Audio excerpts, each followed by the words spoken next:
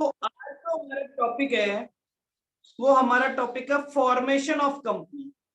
एक कंपनी को कैसे फॉर्म किया जाता है, कंपनी कैसे बनाई जाती है। चलिए, पेज नंबर 295 आपके मॉड्यूल का पेज नंबर जो है वो है 295। हेलो, क्लास है मेरी। ठीक है, तुम आ तो आगो क्लास।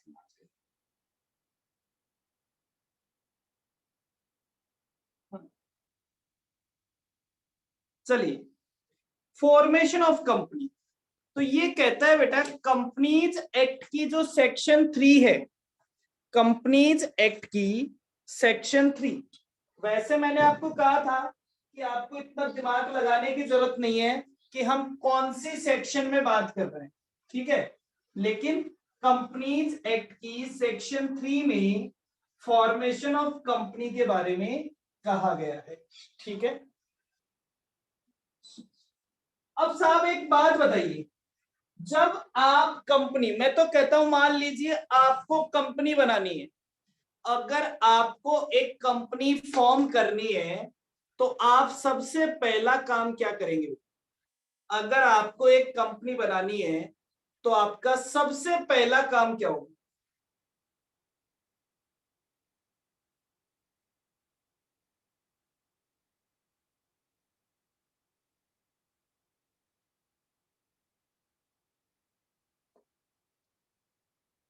कंपनी बनानी है, अगर आपको कंपनी बनानी है तो साहब आप सबसे पहले क्या सोचेंगे, क्या काम होगा आपका सबसे पहला काम?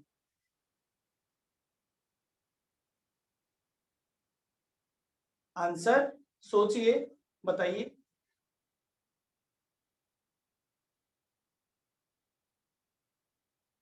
आप क्या बिजनेस करना चाहते हैं?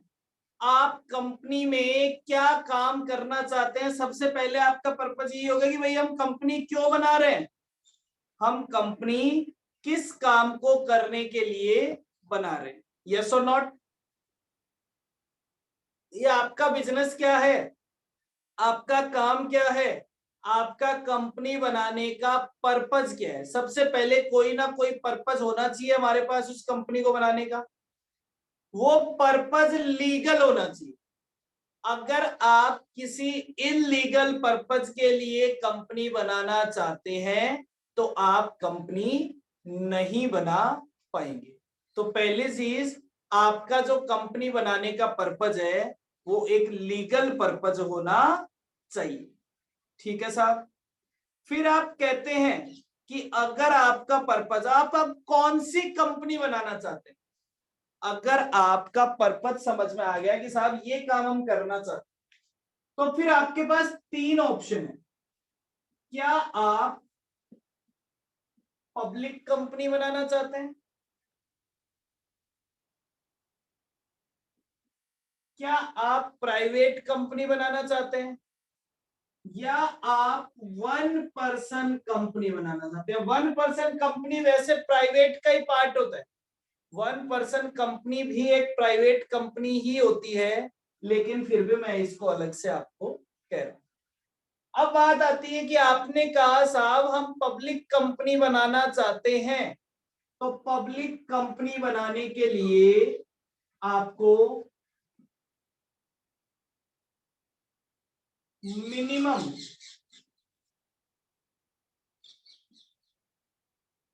7 मेंबर्स की जरूरत पड़ेगी। कितने मेंबर होंगे? Minimum 7 members. अगर आप एक प्राइवेट कंपनी बनाना चाहते हैं तो प्राइवेट कंपनी बनाने के लिए मिनिमम 2 मेंबर्स की जरूरत पड़ेगी।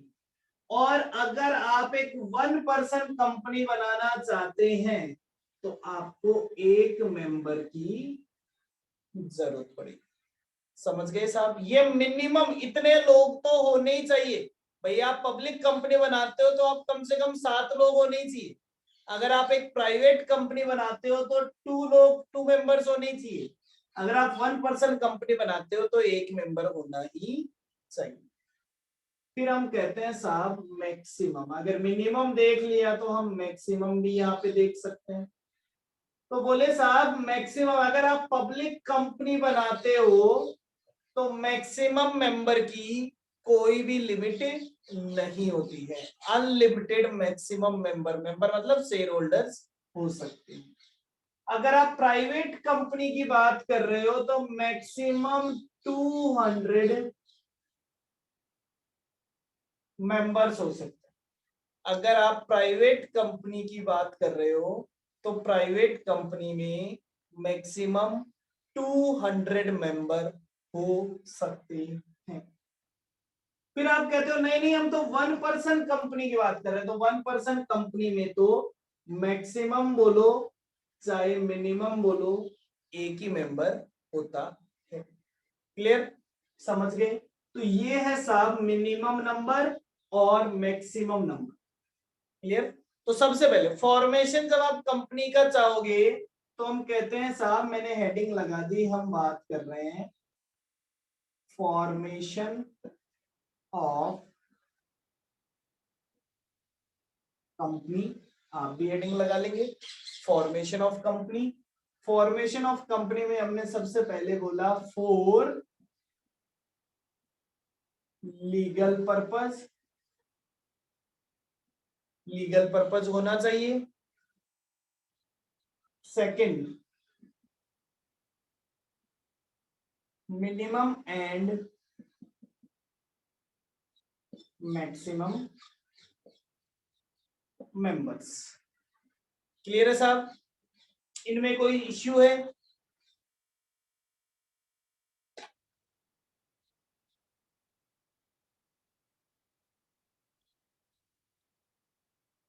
नहीं है। चलिए, तो आपको पता चल गया कि साहब हमारा पर्पज लीगल है, हम इतने मेंबर भी हैं।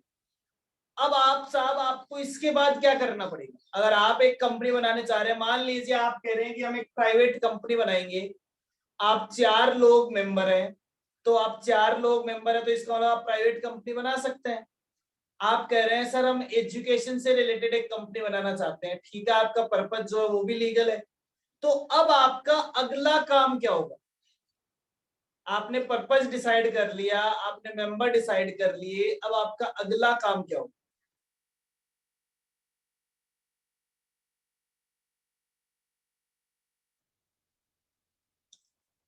थर्ड जो टास्क आता है वो आता है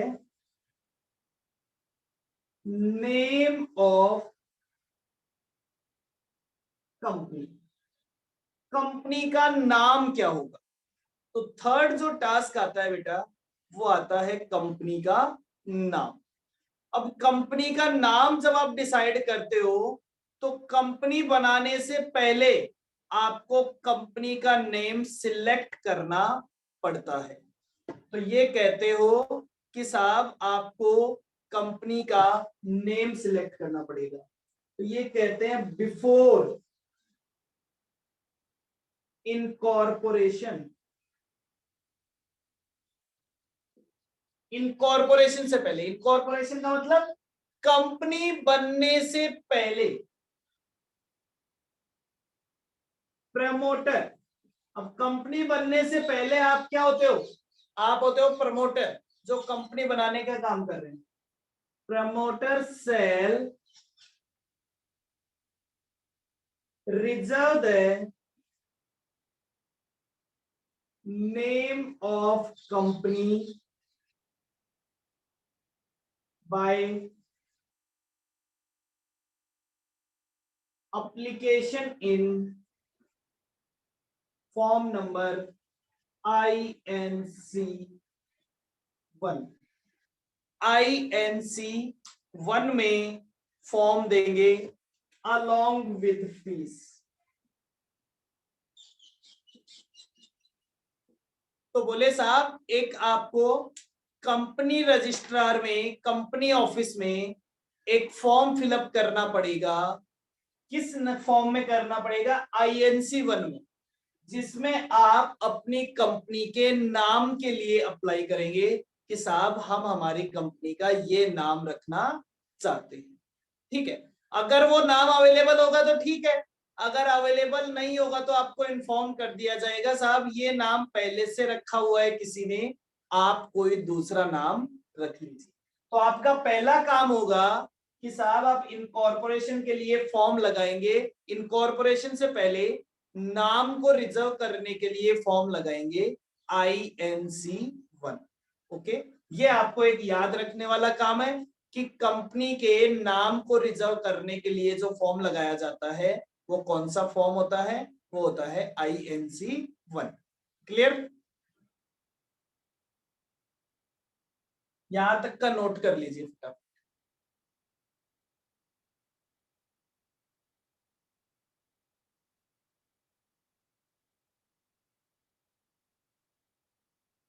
एकता, यस सर, डन।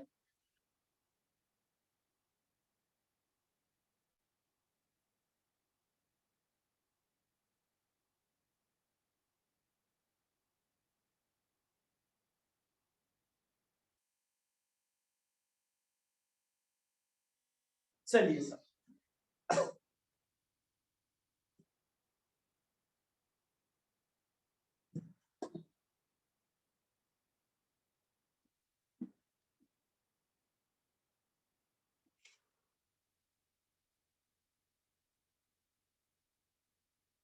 इसके बाद ये आपको आगे कहता है कि जब आपका नाम अप्रूव हो जाए तो at the time of incorporation, जब आप इनकॉर्पोरेशन के टाइम, तो फॉर्म INC2 और INC7 में इन्फॉर्म कर देंगे, inform to registrar about name of company. ये फॉर्म 2 भी हो सकता है, फॉर्म 7 भी हो सकता है, अलग अलग केस में। अब वो अलग अलग केस है, वो हमें दिमाग लगाने की जरूरत नहीं है। फॉर्म 2 और फॉर्म 7 अपने आप आ जाएंगे। Inform to registrar about the name of company, registrar को आप बता दोगे साहब हमने ये नाम प्रिजर्व कर रखा था, पहले से रिजर्वेशन करवा के रख रखा है। ठीक है, अच्छा, अगर आपकी कोई एग्जिस्टिंग कंपनी है तो उसके लिए फॉर्म होगा MGT14।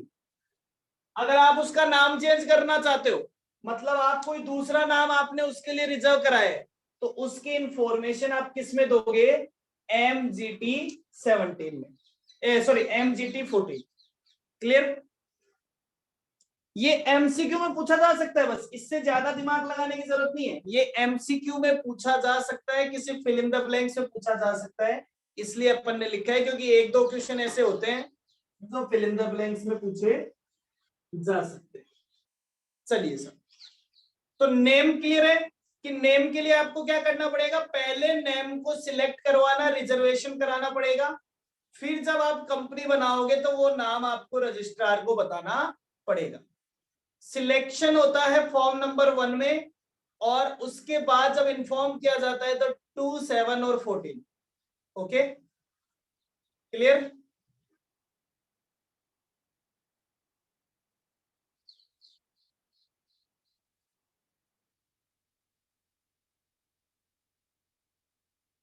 चलिए सर, ये होने के बाद point number 5,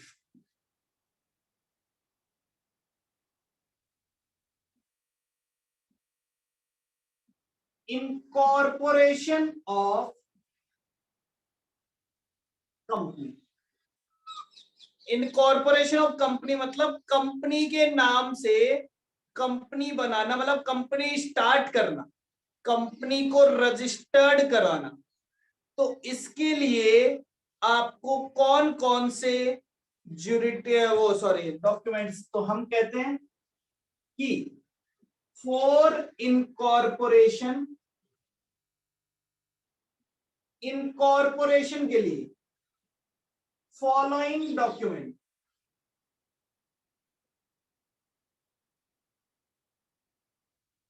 submit to registrar of companies, registrar of companies. तो अगर आप कंपनी को इनकॉर्पोरेट करा रहे हैं तो आपको ये डॉक्यूमेंट सबमिट करने होते हैं रजिस्ट्रार ऑफ कंपनीज। कौन से रजिस्ट्रार को करेंगे? In which registered office of company is situated. तो बोले जहां पे कंपनी का रजिस्टर्ड ऑफिस सिचुएटेड है वहां पे आपको ये करवाना पड़ेगा। उस वहां पे जैसे मैं कहता हूं कि साहब मैं जयपुर में रहता हूं तो मुझे जयपुर के एरिया का जो रजिस्ट्रार है उसके पास जाना पड़ेगा, उसके पास डॉक्यूमेंट सबमिट कराने पड़ेंगे। कोई सीकर में रहता है तो उसे सीकर के रजिस्ट्रार के पास जाना पड़ेगा, कोई बॉम्बे रहता है तो उसे बॉम्बे के रजिस्ट्रार के पास जाना पड़ेगा। क्लियर है? समझ गए? तो जहां पे भी आपका रजिस्टर्ड ऑफिस है, कंपनी का रजिस्टर्ड ऑफिस है, उस एरिया के रजिस्ट्रार के पास आपको डॉक्यूमेंट्स जमा कराने पड़ेंगे।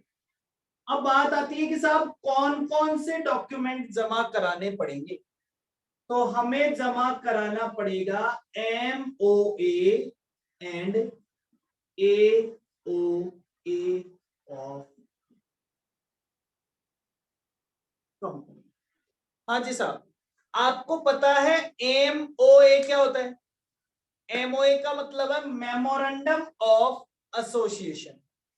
Memorandum of association, memorandum of association का मतलब होता है आपकी कंपनी का पर्पज क्या है, आपके काम करने की लिमिट्स क्या है, आप क्या क्या काम करना चाहते हो, मतलब आपका एक एरिया क्या है। जैसे एरिया का मतलब आपकी लिमिट्स क्या है। जैसे मैं कहता हूं साहब ये मेरा काम, ये मेरा काम है, मैं आपसे पूछा जाए आपके काम का एक ब्रीफ डिस्क्रिप्शन दो तो आपने अपना पूरा काम का एरिया बता दिया कि ये मेरा काम, मतलब आपने सब कुछ समझा दिया कि मैं ऐसे ऐसे ये काम करना चाहता हूं। वो सारी डिटेल किसमें आती है? अभी MOA को हम डिस्कस करेंगे वैसे डिटेल में, वो कहा जाता है MOA। अब ये पूछा था ये काम आप कैसे करेंगे, इसकी प्रोसेस क्या है, इसके इंटरनल रूल्स क्या है, इसके आपके इंटरनल रूल्स क्या है, वो कहलाता है AOA।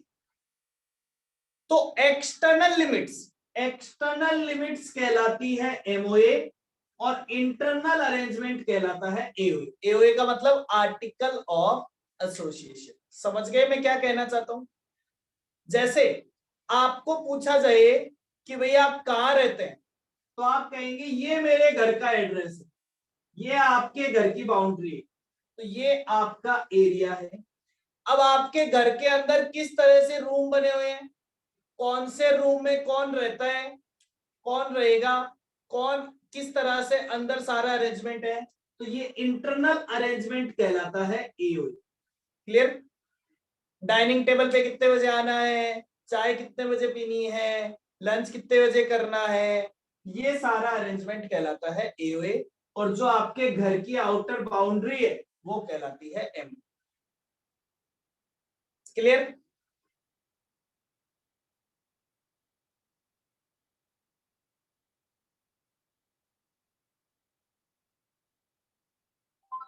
चलिए, तो सबसे इंपॉर्टेंट तो यही है, सबसे इंपॉर्टेंट। अब MOA में क्या क्या डिटेल लिखी हुई होती है वो हम डिस्कस करेंगे, AOA में क्या क्या डिटेल लिखी होती है वो हम डिस्कस करेंगे, लेकिन MOA और AOA सबसे पहले आपको डिपॉजिट कराने हैं। फिर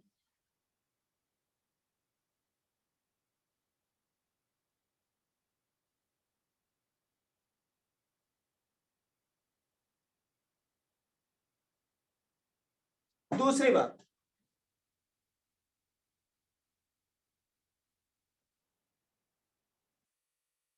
आपको एक डिक्लेरेशन देनी होती, डिक्लेरेशन। ये डिक्लेरेशन कौन देगा? एक सेकंड वेट कीजिएगा।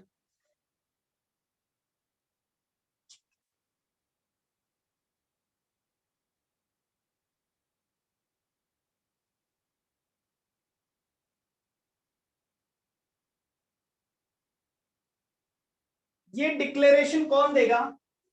या तो एक सीए देगा, या एक सीएस देगा, या एक सीएमए देगा, या फिर एक एडवोकेट देगा। कौन कौन दे सकता है?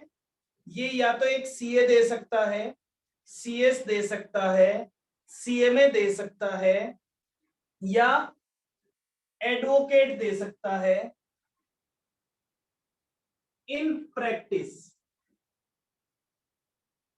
जो कि प्रैक्टिस में हो, who engaged in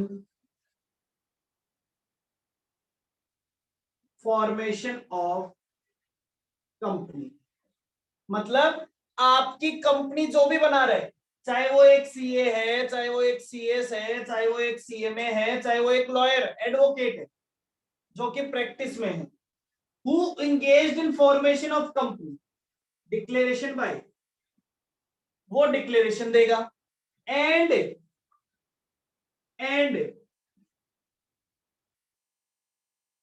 director of company, director of company, director of company, that all the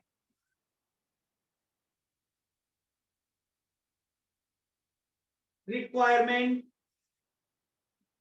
duly comply, कि हमने सारी रिक्वायरमेंट को ड्यूली कंप्लाई कर लिया है, या सारी रिक्वायरमेंट्स को प्रेस्क्राइब्ड फॉर्म में फुलफिल कर दिया है। जो भी आपकी, जैसे मैं एज ए सीए आपकी कंपनी फॉर्म कर रहा हूं, तो मैं एक रिपोर्ट बना के दूंगा कि साहब कंपनी बनाने के लिए जो जो रिक्वायरमेंट थी, हमने सारी रिक्वायरमेंट, सारा पेपर वर्क, सारा डॉक्यूमेंटेशन पूरी तरह से कंप्लीट कर दिया है। कंपनी का जो डायरेक्टर बनने वाला पर्सन है, वो डायरेक्टर अपनी रिपोर्ट में बना के देगा कि साहब मैंने मेरी तरफ से अपनी सारी जिम्मेदारियां पूरी कर दी है। क्लियर?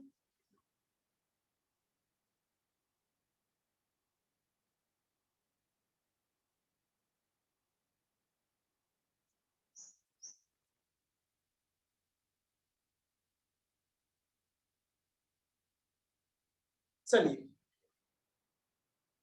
हाँ, यहां पे ऑल्सो इस डायरेक्टर की जगह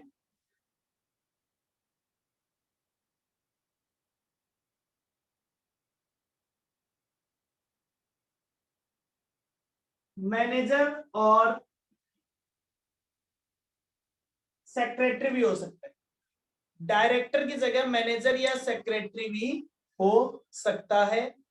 जरूरी नहीं है, कई बार डायरेक्टर पहले बनाते नहीं है, पहले केवल सेक्रेटरी अपॉइंट कर देते हैं, तो वो सेक्रेटरी भी हो सकता है। चलिए, नोट कर लिया फिफ्थ पॉइंट, पॉइंट नंबर 5।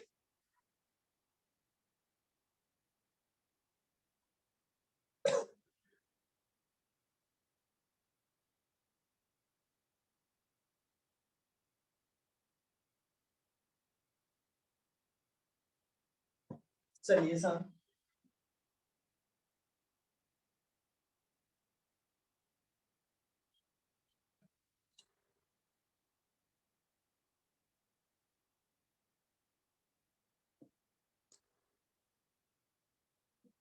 फिर डिक्लेरेशन, दोबारा डिक्लेरेशन, डिक्लेरेशन बाय, कौन देगा ये declaration? By each of by each of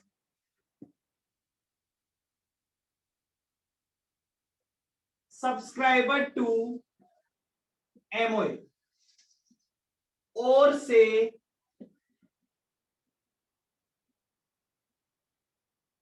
first director और से फर्स्ट डायरेक्टर। ठीक है sir. Subscriber to MOA, MOA का मतलब जब आप कंपनी बनाने जा रहे हैं, जैसे मैंने आपको कहा कि एमओए क्या है, एमओए आपके घर की बाउंड्री है। तो आपसे पूछा जाए ये घर किसका है, तो आपका नाम आता है ना कि ये घर इन लोगों का है।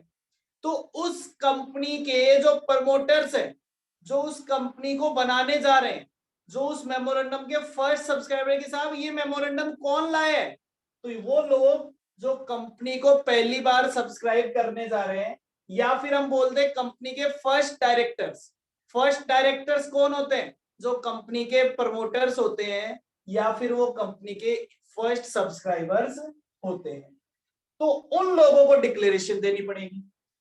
क्या डिक्लेरेशन देनी पड़ेगी, ये इनर कॉलम में क्या क्या डिक्लेरेशन उनको देनी पड़ेगी।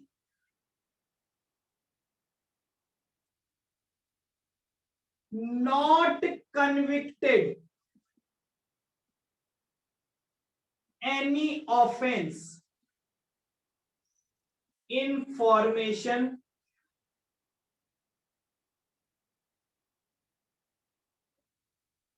of company. कंपनी बनाने में उन्होंने कोई भी ऑफेंस नहीं किया। दूसरा, not found guilty for any breach of contract. Breach of contract के लिए उन्हें गिल्टी फाउंड नहीं किया गया है।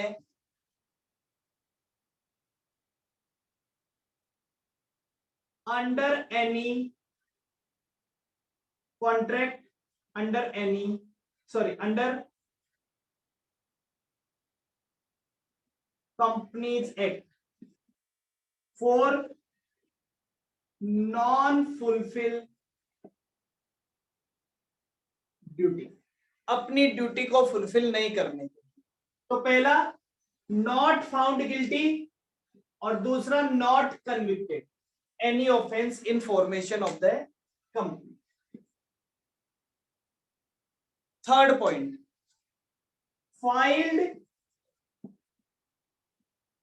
all document all prescribed document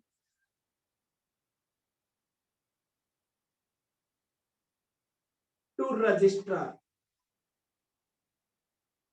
उन्होंने रजिस्ट्रार को सारे प्रेस्क्राइब्ड डॉक्यूमेंट फाइल कर दिए हैं। क्लियर? तो ये आपका काम है। 3 पॉइंट। सबसे पहला, कंपनी फॉर्मेशन में उन्होंने कोई कन्विक्शन, कोई ऑफेंस नहीं किया है। कंपनीज एक्ट के अंदर उनकी जो भी ड्यूटी थी, जो भी उन्होंने कॉन्ट्रैक्ट किए हैं, उसमें गिल्टी फाउंड नहीं है। और तीसरा, उन्होंने सारे प्रेस्क्राइब्ड डॉक्यूमेंट रजिस्ट्रार को फाइल कर दिए। ठीक है साहब? तो ये डिक्लेरेशन देनी पड़ेगी कंपनी के फर्स्ट डायरेक्टर्स को। क्लियर है साहब? इनकॉर्पोरेशन के लिए तीसरा काम है, इनकॉर्पोरेशन के लिए तीसरा काम है, सबसे पहले एमओए एओए बनाए हमने, फिर आपने डिक्लेरेशन दिया सीएससीएससीएमए ने, फिर आपके डिक्लेरेशन दिया फर्स्ट डायरेक्टर्स ने। क्लियर?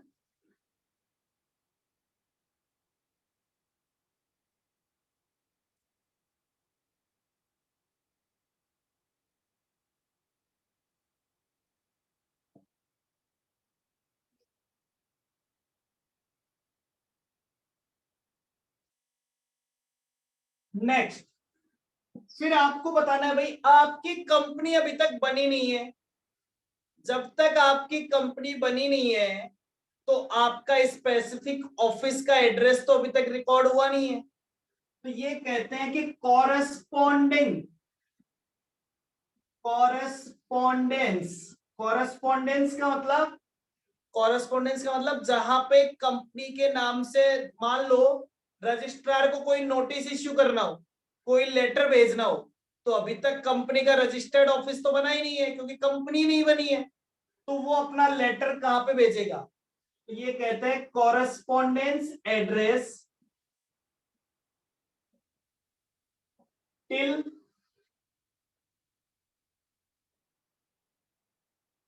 रजिस्टर्ड ऑफिस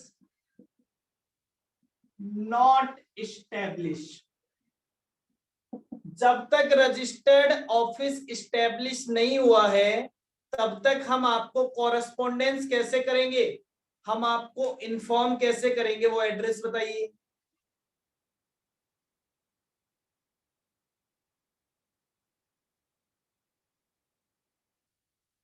फिर कहता है ऑल डिटेल्स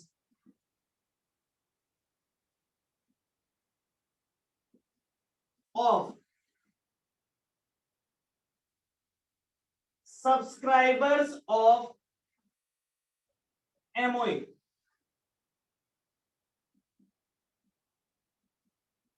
इंक्लूडिंग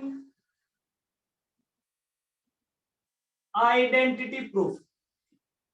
जो भी आपकी कंपनी के सब्सक्राइबर हैं या हम कह दो पहले डायरेक्टर हैं, उन सब की सारी डिटेल आप भेजोगे उनके आइडेंटिटी प्रूफ के साथ में, ठीक है।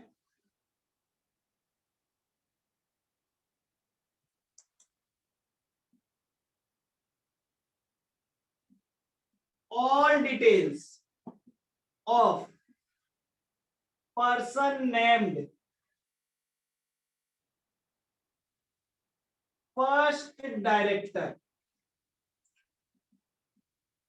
इन एओए ऑफ कंपनी। अब देखो, जरूरी नहीं है कि जितने लोगों ने एमओए को सब्सक्राइब किया हो सारे के सारे लोगों को डायरेक्टर बनाया जाए। तो जिन लोगों को पहला डायरेक्टर बनाया है, मैंने कहा ना कि हमारे घर का एड्रेस है वो हमारे पापा के नाम से दिया, लेकिन घर के अंदर बहुत सारे लोग रहते हैं, तो आपने एओए में मैनेजमेंट का काम किसी और को दे रखा है, तो उसके नाम मतलब आपके फर्स्ट डायरेक्टर्स के नाम भी आपको और उनकी डिटेल भी आपको देनी है, ठीक है। चलिए साहब, फिर बोलता है कंसेंट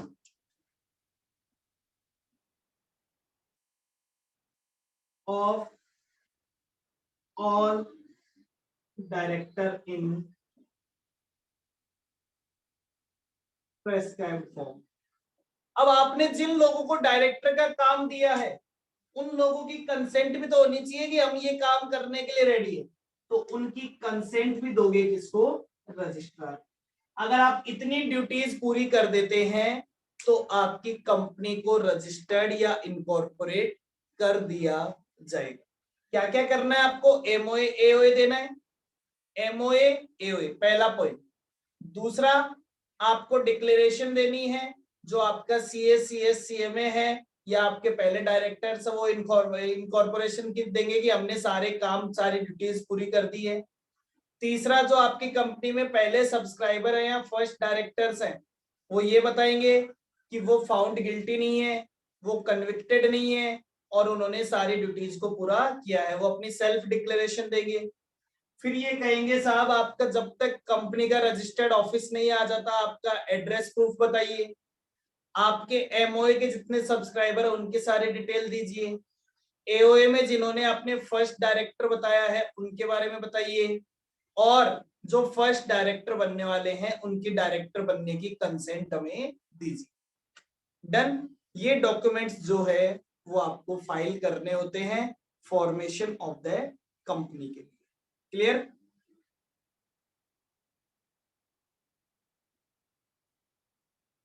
यहां तक किसी को कोई दिक्कत है क्या? ये था पूरा फॉर्मेशन ऑफ द कंपनी। अब कल की क्लास में हम डिस्कस करेंगे जो सबसे इंपॉर्टेंट पॉइंट होगा, MOA एंड AOA। MOA में क्या क्या लिखा हुआ होता है और AOA में क्या क्या लिखा हुआ होता है? MOA में मेमोरेंडम ऑफ आर्टिकल्स और article of association. MOA and AOA में क्या क्या लिखा हुआ होता है? क्लियर? यहां तक किसी को कोई दिक्कत नहीं है? कोई चीज ऐसी है जो समझना चाहते हैं?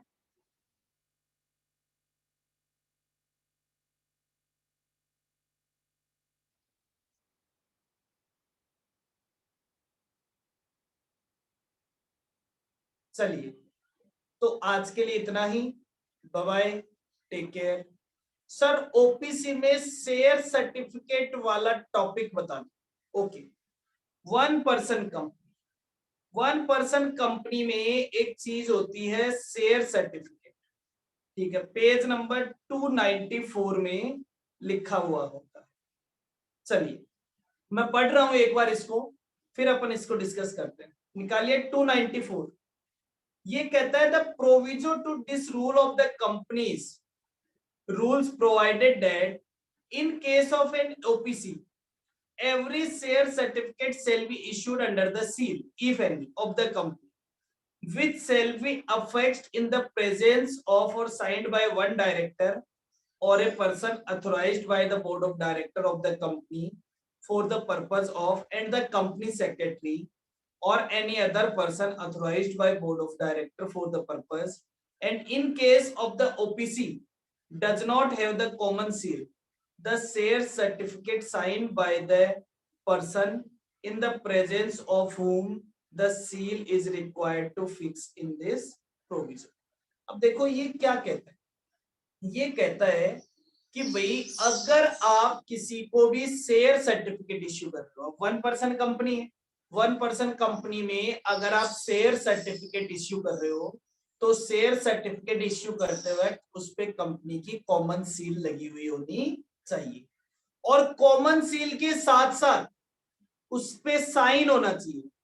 किसका साइन होना चाहिए? उस पे साइन होना चाहिए या तो कंपनी के डायरेक्टर का, या फिर कोई ऐसा पर्सन जिसको बोर्ड ऑफ डायरेक्टर ने वो काम करने के लिए अपॉइंट कर रखो, या फिर कंपनी के सेक्रेटरी का, या फिर उसकी जगह जो पर्सन अपॉइंट कर रखा है उसका। लेकिन अगर आपके पास कॉमन सील नहीं है, तो कॉमन सील की जगह किसका साइन होना चाहिए? उस पर्सन का साइन होना चाहिए जिसको आपने ऑथराइज कर रखा है कॉमन सील की जगह साइन करने के लिए। जैसे सबसे पहले मान लीजिए मेरी एक 1 पर्सन कंपनी है, तो मेरी 1 पर्सन कंपनी की जो सील है, जब भी मैं कोई शेयर सर्टिफिकेट या मेरी कंपनी से कोई भी शेयर सर्टिफिकेट इश्यू होगा तो उस पर कॉमन सील लगी हुई होनी चाहिए। उसके अलावा उस पर साइन होना चाहिए मेरी कंपनी के एक डायरेक्टर या फिर किसी ऐसे पर्सन का जिसको बोर्ड ऑफ डायरेक्टर ने अथोराइज कर रखा है साइन करने के लिए। ठीक है, या फिर किसका साइन होना चाहिए? कंपनी के सेक्रेटरी का साइन होना चाहिए। ठीक है, या फिर जिसको बोर्ड ऑफ डायरेक्टर ने साइन करने के लिए ऑथराइज कर रखा है। लेकिन अगर कंपनी के पास कॉमन सील नहीं है, तो कॉमन सील की जगह किसका साइन होना चाहिए? उस पर्सन का साइन होना चाहिए जिसको कॉमन सील की जगह साइन करने के लिए ऑथराइज कर रखा हो। क्लियर? समझ गए?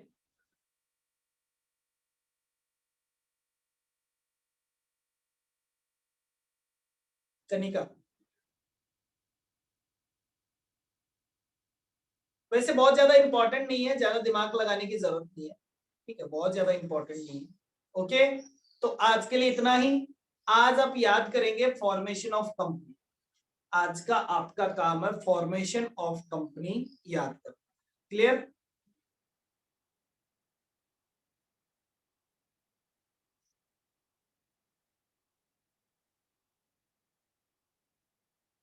जितनी चीजें हम अभी पढ़ रहे हैं ना, जितनी भी चीजें हम अभी पढ़ रहे हैं, उन सारी चीजों में आपका सबसे इंपॉर्टेंट काम है